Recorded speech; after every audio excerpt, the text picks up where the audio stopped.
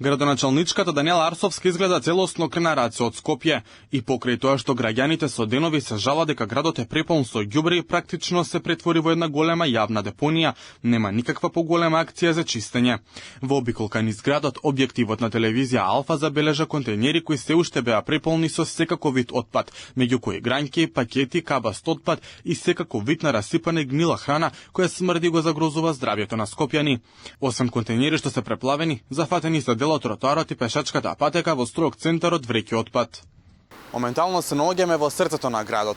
Ова позади мене е ѓубре кое што веќе една недела вака стои, а надлежните немаат абер да го расчистат. Од јавното предпријатие комунална хигиена се правдаат. Скопјани фрлале премногу ѓубре, па тие не можеле да постигнат. Вела дека во последниве денови се соочувале со огромна количина на комунален кабаст и градежен отпад, како во самите контейнери, така и во нивната околина.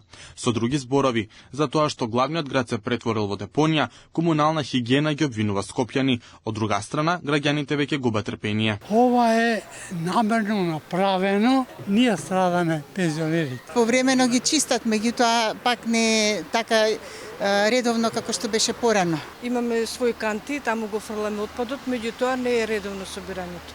На 2 недели еднаш. Ова не е прв пат скопјани да се соочат со преполни контейнери и канти за отпадоци пред домовите. Пред 2 години вработените во комунална хигиена излегоа на штрајк, а главниот град се гушеше во смет и смрдеа. Одговорност од Арсовска немаше, а градоначалниците од Скопскиот регион тогаш ги засукаа ракавите и сами исчистија во своите општини.